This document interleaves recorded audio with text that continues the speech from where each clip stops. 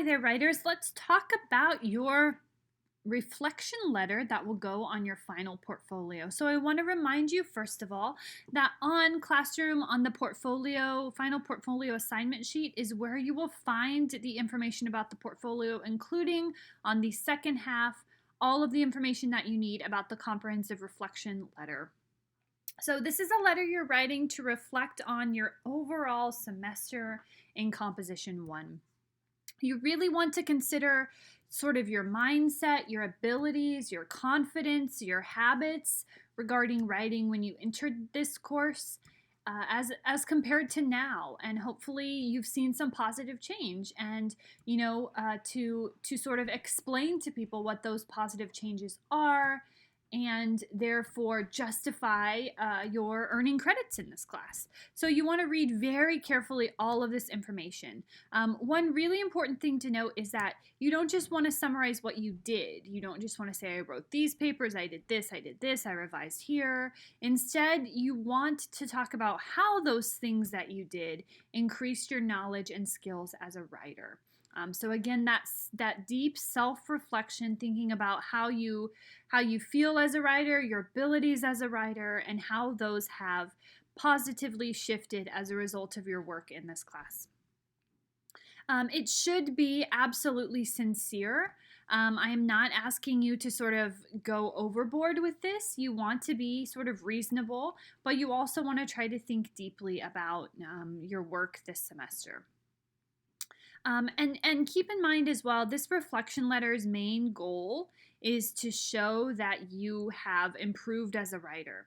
And so if this final paper is sloppy, and this is a paper, this reflection letter is a paper. So if it's sloppy, if it looks rushed, if it looks like you didn't put a lot of time or depth into it, if it has errors, if it's not specific, and it's a letter that's trying to convince your readers and me that you have grown this semester, it's not going to be very effective.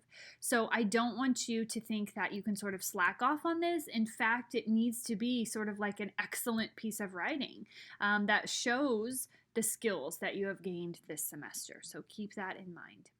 It is formatted as a letter, and it will have 3 different areas of growth that I want you to talk about. So self-knowledge, and pay attention here, sort of this can be growth in your attitude, things you learned about yourself as a writer, changes in the way that you approach the writing process, etc.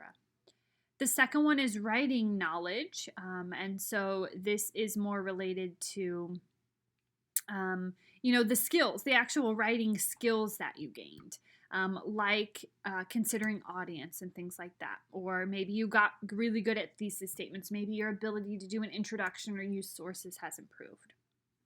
The final one is critical knowledge or judgment. So this is your awareness of strengths and weaknesses. So you want to sort of mention what you consider to be your best work, what you consider to be areas that you still need to improve, etc. Okay, so there are 3 areas that you need to make sure you mention in some way. You do not have to say the first way I grew was self-knowledge. Instead, you can just talk about something related to this category, right? So it doesn't have to be sort of direct mentioning of this actual terminology. You will notice there's 3, but it does not have to be a 5-paragraph essay with 3 body paragraphs. Maybe you have a lot to say about self-knowledge.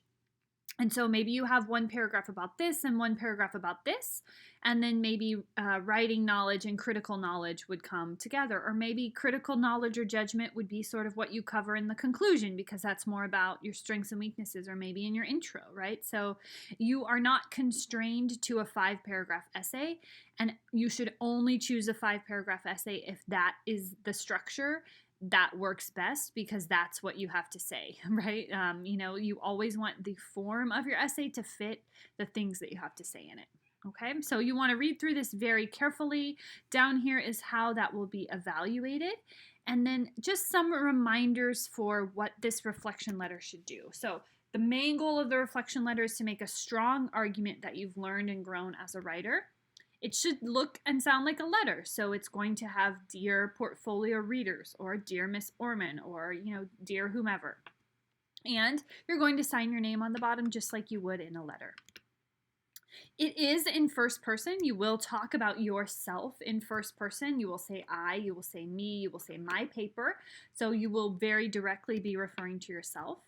You will have a thesis or a thesis type statement. In a letter, in a reflection, it's not as important that you have it, like at the end of the intro, but you should have an overall idea of how you have improved, and that should be made clear through the letter.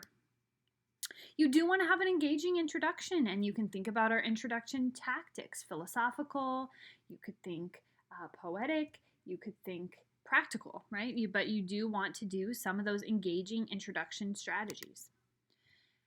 The letter should sound like you. It should have a strong sense of your own voice. It shouldn't be sort of cookie cutter.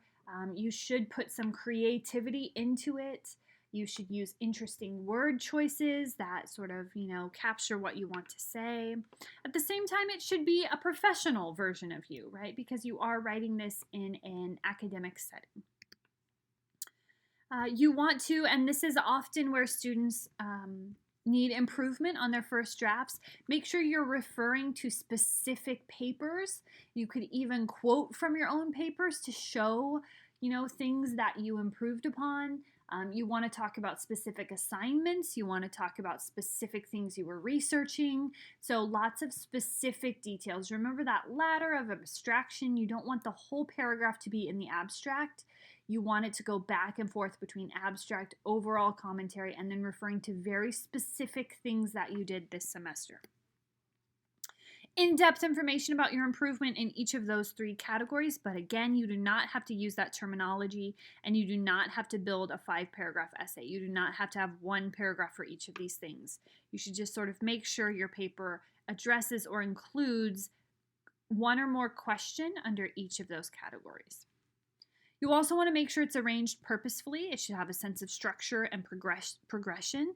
So even if you do choose 1 paragraph over each of those key ideas, you don't have to move in that order, right? You should include transitions. You should build towards something. You should progress towards something. In this letter, I want to see a culmination of all the things we've been talking about this semester. And one of those things is progression, transitioning, building toward sort of the conclusion of your paper. And that conclusion should be satisfying. It should wrap up the essay. And like every conclusion, it should comment on the importance of everything you've said. So why is all of this growth important? Why is it valuable? Why is it significant, right? And that's what every conclusion should do, including the conclusion for this.